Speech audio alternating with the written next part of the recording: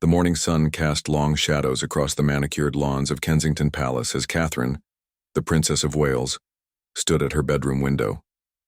Her reflection stared back from the glass, but her mind was somewhere else entirely. Today would be different from all the others. Today would mark the beginning of something she never imagined when she first walked through those university halls in St. Andrews all those years ago. The phone call had come 3 days earlier.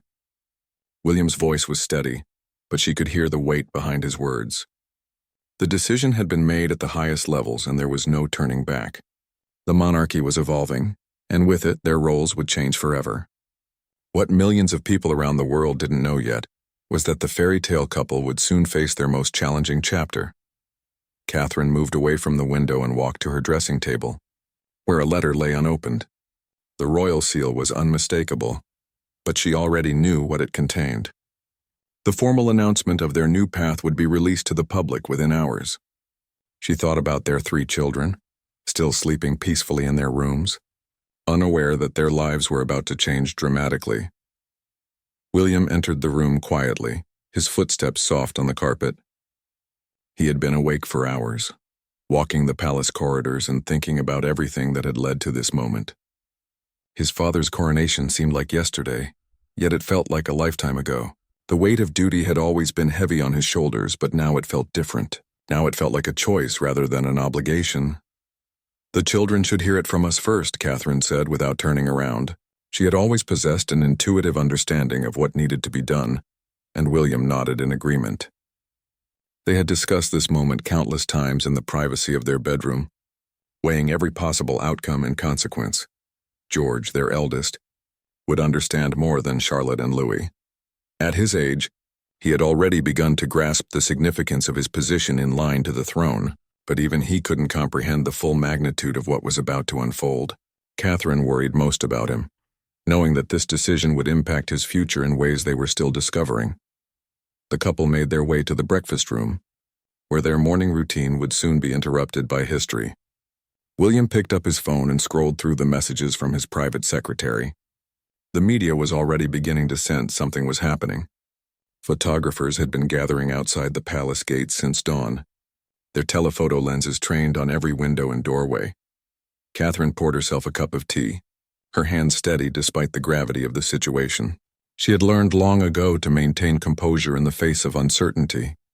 The public had watched her grow from a shy university student into a confident royal, but they had never seen her navigate anything quite like this. The sound of small feet running down the hallway announced the arrival of their children. Louis burst into the room first, his hair tousled from sleep and his smile bright. Charlotte followed, already dressed and ready for the day ahead. George appeared last, moving with the careful dignity he had learned was expected of him. "Are we having a family meeting?" George asked, noticing the serious expressions on his parents' faces. He had become adept at reading the subtle signs that indicated when important conversations were about to take place. William exchanged a glance with Catherine before kneeling down to his son's level. The words he was about to speak would change everything for all of them. He thought about his own childhood, about the moments when his world had shifted suddenly and irrevocably. He was determined to handle this differently. "We need to talk about some changes that are coming," William began, his voice gentle but clear. "You know how we've always talked about duty and service to the country?" The children nodded, their faces reflecting varying degrees of understanding. Charlotte moved closer to her mother, sensing the emotional undercurrent in the room. Louis continued to smile, too young to recognize the significance of the moment. Catherine joined the conversation, her maternal instincts guiding her words. "Sometimes the best way to serve is to make difficult choices. Your father and I have been thinking very carefully about how we can help the most people and do the most good." The explanation continued for several minutes, with William and Catherine carefully choosing their words to convey the complexity of their decision without overwhelming their children. They spoke about change, about new opportunities, and about the importance of staying true to their values even when the path ahead was uncertain. George asked thoughtful questions, while Charlotte remained quiet and observant. Louis played with his breakfast, occasionally interjecting with unrelated observations that brought moments of levity to the heavy conversation. Outside, the world continued its normal rhythm, unaware that inside the palace walls, history was being written one conversation at a time. The decision that William and Catherine had made would ripple through the monarchy, through the Commonwealth, and through the lives of millions of people who had followed their story with fascination and affection. As the family finished their breakfast, Catherine looked around the room that had been the setting for so many important moments in their lives. Soon it would be part of their past rather than their present. The elegant furnishings, the family photographs, the comfortable familiarity of their royal routine would all become memories. William stood and walked to the window, watching as more media vehicles arrived at the palace gates. The announcement would be made within hours, and then there would be no turning back. He thought about his grandmother, about the promises he had made, and about the future he was choosing for his family. The phone in his pocket buzzed with another message from his advisors. The Prime Minister was waiting for their call and arrangements needed to be finalized. But for now, in this moment, he was simply a father and husband preparing his family for the journey ahead. Catherine gathered the children and began explaining what the next few days would bring. There would be meetings, interviews, and countless questions from people trying to understand their decision. But through it all, they would face it together as they always had. The elegant goodbye was about to begin, though the world didn't know it yet. The press conference was scheduled for 2 o'clock, and by noon, reporters from around the world had gathered in the palace's stateroom. Catherine stood in front of her mirror, adjusting the sapphire brooch that had belonged to William's grandmother. Today, every detail mattered.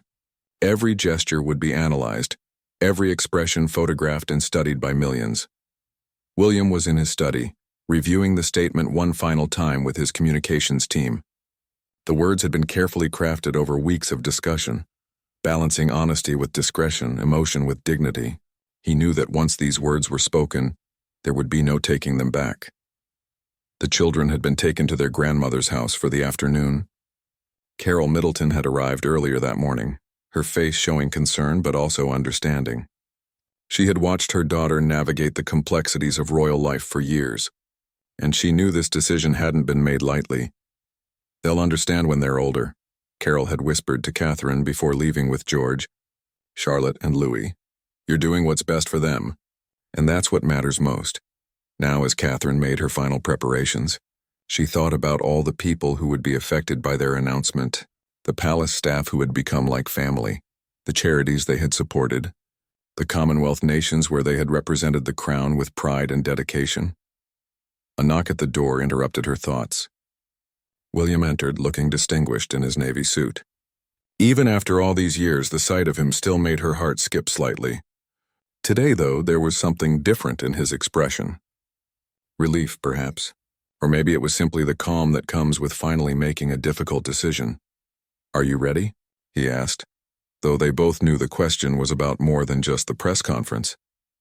Catherine nodded, taking one last look around the room that had been her sanctuary for so many years. The family photographs on her dressing table told the story of their life together, from their engagement announcement to candid moments with their children. Soon these would be packed away, replaced by new memories in a different setting. They walked together through the palace corridors, their footsteps echoing off the walls lined with portraits of previous monarchs and their families. The weight of history seemed particularly heavy today, as if the building itself understood the significance of what was about to happen. In the anteroom outside the press conference venue, their communications director gave them final updates on the media attendance. Representatives from every major news organization were present, along with several documentary crews who had been following their story for years. The questions would be challenging, but William and Catherine had prepared thoroughly. "Remember," their advisor said quietly, "stick to the main points. Don't get drawn into speculation about the future. Focus on the positive aspects of this transition." Catherine smoothed her dress and checked her appearance one final time. She had chosen her outfit carefully, an elegant blue ensemble that struck the right balance between formality and accessibility. William straightened his tie and took a deep breath. As they entered the room, the flash of cameras was immediate and overwhelming. The assembled journalists rose to their feet, showing the respect that protocol demanded but also genuine interest in what was about to be revealed. Catherine and William took their seats at the table that had been set up at the front of the room. William cleared his throat and began to speak. His voice was steady and clear, carrying easily to the back of the room where television cameras were broadcasting live to audiences around the globe. Catherine, and I have called this press conference today to share with you a decision that we have been considering for some time, he began. After much thought and discussion with our family and advisors, we have decided to step back from our full-time royal duties to pursue a different path of service. The room erupted in a controlled chaos of clicking cameras and whispered conversations between journalists. Catherine sat calmly beside her husband, her hands folded in her lap, her expression serene despite the magnitude of the moment. William continued, explaining their reasoning in terms that emphasized their continued commitment to public service, while acknowledging their desire for a different kind of life for their children. He spoke about the changing nature of the monarchy and their belief that they could serve more effectively in new roles. The first question came from a veteran royal correspondent who had covered their relationship since their university days. Your Royal Highnesses, what prompted this decision now, and how do you respond to those who might see this as abandoning your duty? Catherine leaned forward to answer, her voice warm but firm. We want to be very clear that this decision comes from a place of love, both for our family and for the people we have had the privilege to serve. We believe that sometimes the most responsible thing you can do is to recognize when change is needed. The questions continued for nearly an hour, covering everything from their future living arrangements to the impact on their charitable work. Both William and Catherine answered with grace and thoughtfulness, never appearing defensive or uncertain about their choice. One journalist asked about their children's reaction to the news. William's response was particularly moving. Our children are resilient and adaptable as all children are. We've explained to them that sometimes adults have to make difficult decisions to create better opportunities for their families. They understand that we love them, and that this choice is being made with their best interests at heart. As the press conference drew to a close, Catherine found herself thinking about all the people watching around the world. She knew that many would be disappointed, some would be critical, and others would be supportive. But she also knew that they were making the right choice for their family. The final question came from a young reporter who asked about their legacy. William and Catherine exchanged a glance before William answered. We hope that our legacy will be one of service, dedication, and the courage to make difficult choices when they're necessary. We've tried to bring a modern perspective to traditional roles, and we hope that continues in whatever path we take next. As they left the press conference room, Catherine felt a mixture of relief and anticipation. The hardest part was over. Now came the challenging work of building their new life while honoring the commitments they had made to the people and causes they cared about most. The world's reaction would unfold over the coming hours and days, but for now, they had done what needed to be done. They had spoken their truth with dignity and grace, setting the stage for the elegant goodbye that would follow. The reaction was swift and overwhelming. Within minutes of the press conference ending, social media platforms were flooded with responses ranging from shock to support, from criticism to understanding. Catherine sat in their private sitting room, watching the coverage unfold on multiple television screens, while William took calls from family members and close advisors. The children had returned from their grandmother's house, and they were now playing in the garden under the watchful eye of their protection officers. Catherine could see them through the window, running and laughing as if nothing had changed. Their innocence was both heartbreaking and reassuring. King Charles called first, his voice measured and thoughtful over the phone. William stepped out onto the terrace to take the conversation privately, but Catherine could see the tension in his shoulders as he spoke with his father. This decision hadn't been made in isolation, but that didn't make the family dynamics any less complicated. The television commentators were already analyzing every word from the press conference, bringing in royal experts and constitutional scholars to discuss the implications. Catherine found herself fascinated by how quickly the narrative was taking shape, how their carefully chosen words were being interpreted and reinterpreted through different lenses. A text message from her sister Pippa brought a smile to her face. Watching now. So proud of how you both handled that. The children are lucky to have parents who put their well-being first. That evening, after the children were in bed, William and Catherine sat together on their sofa, finally able to process the day's events without cameras or audiences. The weight of public scrutiny that had been their constant companion for over a decade felt different now, somehow lighter despite the intense interest in their announcement. "Do you think we did the right thing?" Catherine asked, though she already knew William's answer. They had discussed this question countless times over the past months. "I think we did the only thing we could do," William replied, taking her hand. "For us, for the children, for everyone who believes that institutions should evolve to serve people better." The next morning brought international headlines in dozens of languages.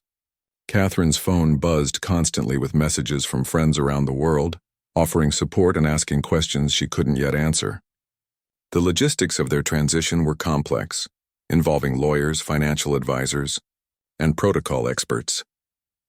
Their first official engagement after the announcement was a visit to one of Catherine's patronage organizations, a children's hospital where she had been working for years. The drive through London revealed crowds of well-wishers holding signs and flowers, but also protesters expressing their displeasure with the royal couple's decision. At the hospital, Catherine was greeted by the same staff members who had welcomed her on dozens of previous visits. But today felt different. There was an emotional weight to the conversations, an awareness that this might be one of her final visits in her current role. "Will you still be able to visit us?" asked Sarah, one of the nurses Catherine had worked closely with on fundraising initiatives. "I hope so," Catherine replied honestly. "My commitment to this work doesn't end because my title is changing, but I understand that things will need to be restructured." The children they met that day were unaware of the broader context of the visit. They were simply excited to see the princess who remembered their names and asked about their progress. Catherine found herself treasuring these interactions even more than usual, knowing they represented a chapter that was closing. William joined her for the latter part of the visit, and together they spoke with the hospital's administrators about the future of their charitable relationship. The conversations were honest and sometimes difficult, but they were conducted with mutual respect and a shared commitment to the hospital's mission. That afternoon, they returned to the palace to find their communications team dealing with hundreds of interview requests from media organizations around the world. Everyone wanted to tell their story, to get the exclusive insight into their decision and their plans. "We should be selective," their press secretary advised. "1 or 2 high-quality interviews that allow you to tell your story on your terms, rather than dozens of brief appearances that might be taken out of context." Catherine agreed, thinking about how they wanted their message to be heard. This wasn't about creating drama or sensation, but about explaining their choice with dignity and helping people understand their perspective. The children were adapting to the increased attention with remarkable resilience. George had started asking more sophisticated questions about what their decision meant for his future, while Charlotte seemed more concerned about whether they would still live in the same house. Louis, at his young age, was largely oblivious to the significance of the changes swirling around him. "Will I still be a prince?" George asked during dinner, his question delivered with the matter-of-fact tone that children use for the most complex issues. "Yes, you will," William answered. "Nothing changes about who you are or about our family's love for each other. What changes is how we spend our time and where we focus our energy." That evening, Catherine walked through the palace rooms that had been her home for so many years. Each space held memories of state dinners, family celebrations, private moments of joy and challenge. The walls themselves seemed to whisper stories of all the life that had unfolded within them. In her study, she began the process of organizing the personal items that would move with them to their new life. Photographs, books, small gifts from their travels and engagements, the accumulation of years of service and family life. Each item represented a moment in time, a connection to people and places that had shaped their journey. William found her there, surrounded by boxes and memories. He sat down beside her on the floor, picking up a small wooden carving that had been given to them during a visit to Canada. "I remember this," he said, turning the piece over in his hands. "The artist was about George's age, and he was so nervous about meeting us. His mother cried when we accepted it," Catherine added. "She said it was the most important thing that had ever happened to their family." These were the moments that made their decision both difficult and necessary. The impact they had on people's lives was real and meaningful, but it came at a cost to their own family's privacy and normalcy. Finding a new way to serve while protecting their children's childhood had become their primary goal. As the days following their announcement turned into weeks, the initial shock began to settle into a more nuanced public conversation. Supporters praised their courage in prioritizing their family, while critics questioned their commitment to duty. But through it all, William and Catherine remained focused on the careful work of transitioning from one life to another. 3 weeks after their announcement, Catherine found herself in an unexpected place, sitting in the kitchen of a small cottage in Norfolk, sharing tea with Mrs. Patterson, an elderly woman whose grandson had been helped by one of their charitable initiatives. This wasn't an official engagement or a photo opportunity, but a private visit that spoke to the heart of why they had made their decision. "I wanted to thank you personally," Mrs. Patterson said, her weathered hands wrapped around her teacup. "What you did for Tommy, getting him into that program, it saved his life. His mom was at her wit's end, and now look at him." Through the window, Catherine could see Tommy, now 16, working in the garden with William and his own children. The teenager had struggled with severe anxiety and depression, but the outdoor therapy program they had supported had given him tools to cope and thrive. These personal connections had always been the most meaningful part of their royal duties. Now freed from some of the formal constraints of their previous roles, they could pursue these relationships more naturally and authentically. William came inside, grass stains on his jeans and a genuine smile on his face. This was the man Catherine had fallen in love with at university, relaxed and engaged with the world around him rather than performing for cameras and protocol officers. "Tommy's teaching George how to properly plant seedlings," he told Catherine. "I think our son might have found his calling as a gardener." The informality of the moment would have been impossible in their previous life. Royal protocol would have required advanced planning, security sweeps, media coordination, and careful timing. Now they could simply knock on someone's door and have a conversation over tea. On the drive back to their temporary residence in Norfolk, Catherine reflected on how much had changed in just a few weeks. The constant pressure of representing the crown had been replaced by a different kind of purpose, one that felt more personal and direct. "I had a conversation with the Prime Minister yesterday," William mentioned as they drove through the countryside. "He wanted to discuss our future relationship with the government and how we might continue to contribute to national initiatives." This was the complex reality of their transition.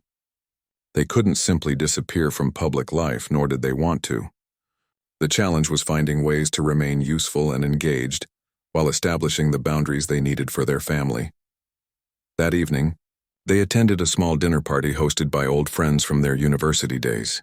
The gathering was refreshingly normal, filled with conversations about children's schools, vacation plans, and everyday concerns that had nothing to do with constitutional law or diplomatic protocol.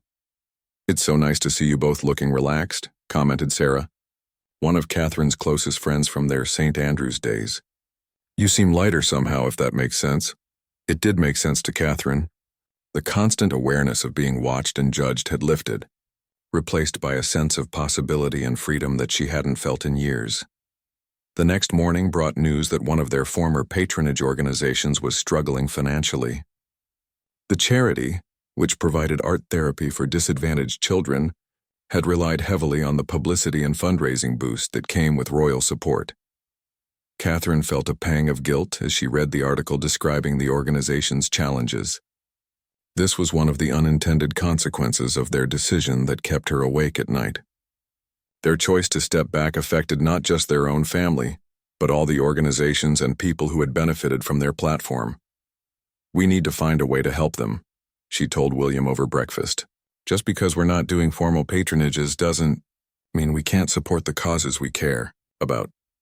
This led to a series of phone calls and meetings with their former communications team and the charity's leadership. They arranged for a private fundraising event at their Norfolk home, inviting friends and supporters who could contribute both financially and through their networks. The event, held in their garden on a warm summer evening, raised more money than many of their previous formal galas. Without the constraints of royal protocol, guests felt more relaxed and generous, and Catherine and William could speak more personally about why the charity's work mattered to them. "This is what I hoped we could achieve," William told Catherine as they watched their guests mingling under string lights in their garden. Real impact without all the ceremony and protocol. George, Charlotte, and Louis moved freely among the guests, chattering with adults and playing with the children who had been brought along. This kind of integrated family life had been nearly impossible in their previous roles. Later that week, Catherine received a call from a documentary filmmaker who had followed their story for several years. The woman wanted to create a film about their transition, focusing on the human story behind the headlines. "I'm not interested in gossip or controversy," the filmmaker explained. "I want to show how a family makes difficult decisions and what it really means to choose your own path." After discussing it with William, Catherine agreed to limited participation. They would allow cameras to document some of their charitable work and family activities, but their private conversations and intimate moments would remain protected. The filming began with a visit to a food bank in London, where they had volunteered quietly for several weeks. Without fanfare or media attention, they had been sorting donations and serving meals alongside other volunteers.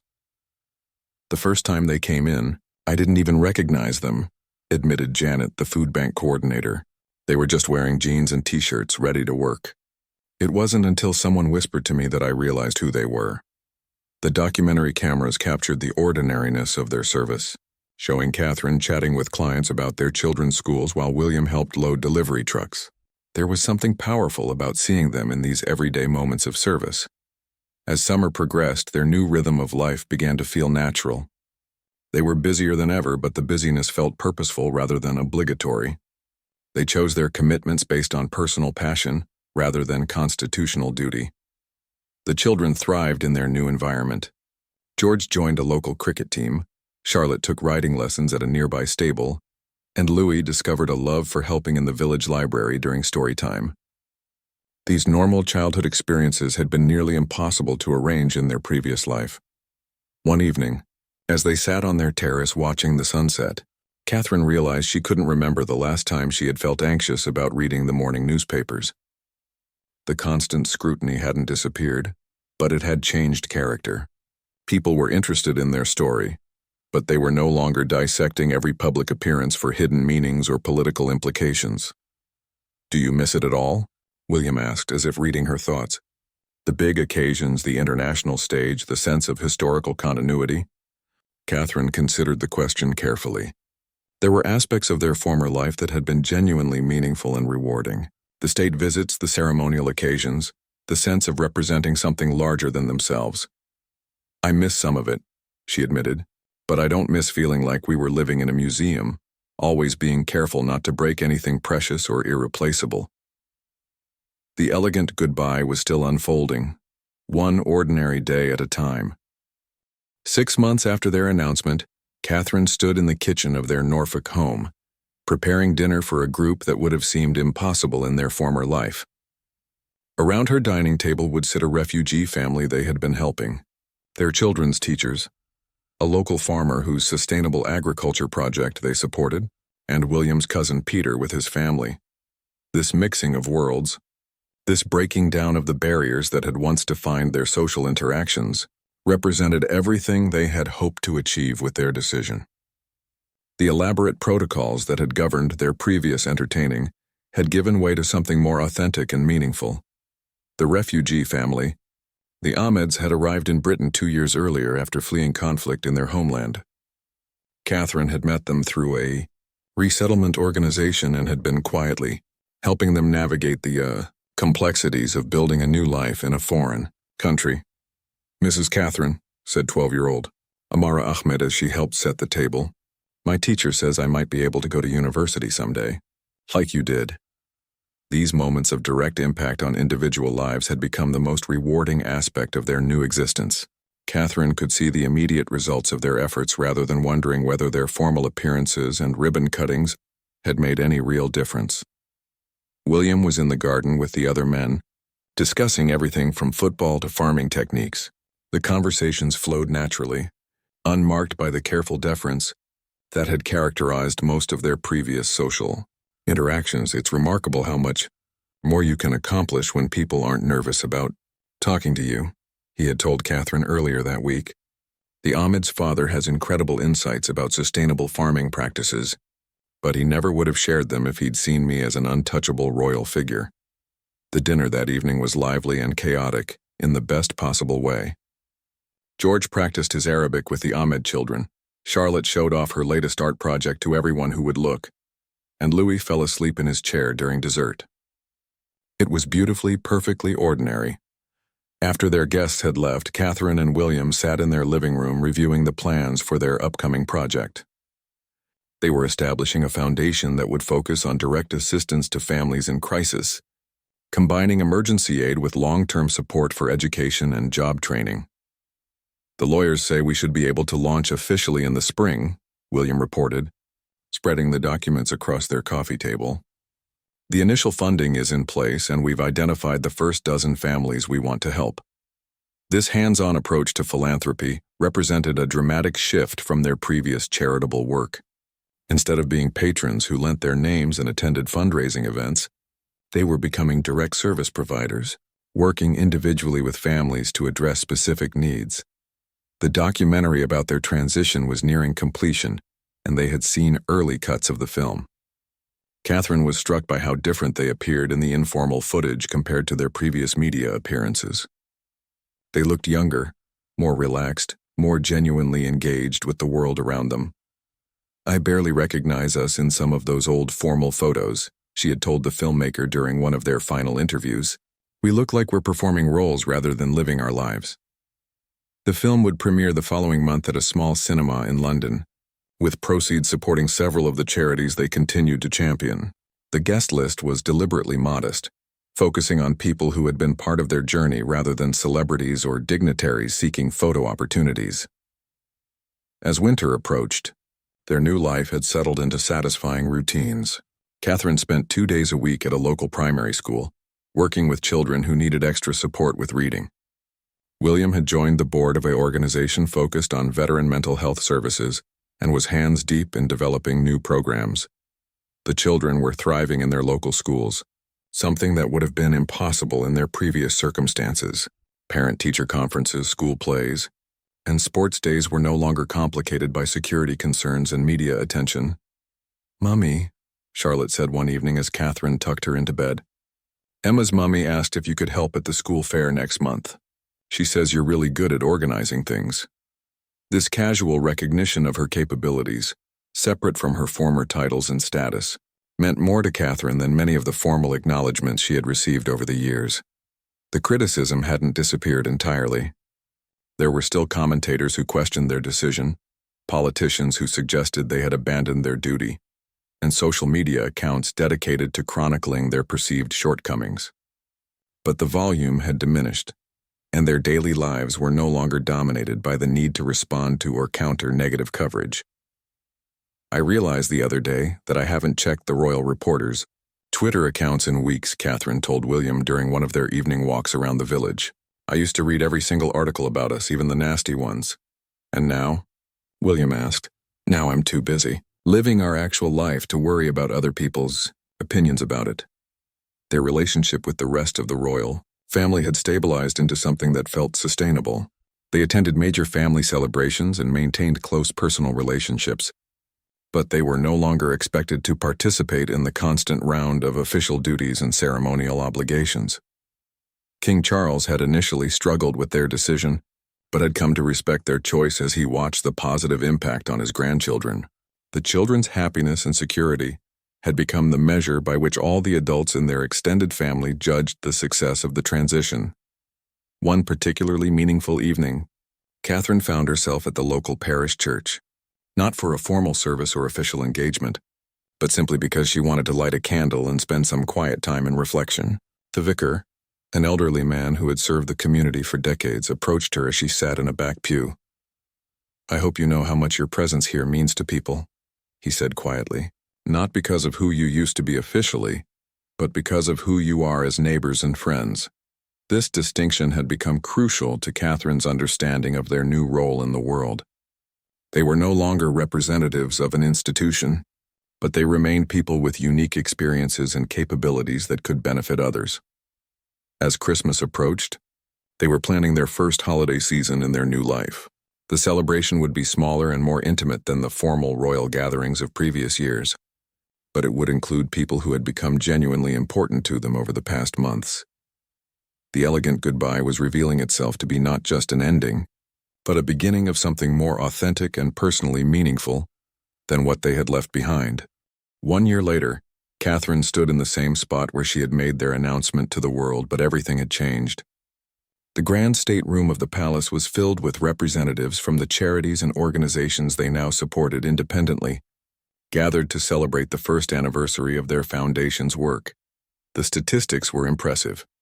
They had directly helped 43 families transition out of crisis situations, funded educational programs for over 200 children, and created a sustainable model for personalized charitable intervention that was being copied by organizations across the Commonwealth. But the numbers told only part of the story. Catherine looked across the room and saw faces that had become dear to her over the past year. The Ahmed family was there, with Amara now excelling in her studies and her father employed as an agricultural consultant. Mrs. Patterson had traveled from Norfolk, accompanied by Tommy, who was now studying horticulture at college. William was deep in conversation with a group of veterans who had participated in their mental health support program. His approach to their work had evolved from formal patronage to genuine partnership, and the results were evident in the easy camaraderie between him and the people they served. "I never expected it to feel this personal," Catherine confided to her sister Pippa, who had been watching the proceedings with obvious pride. "When we were doing royal duties, there was always a layer of protocol between us and the people we were trying to help. Now it's just human connection."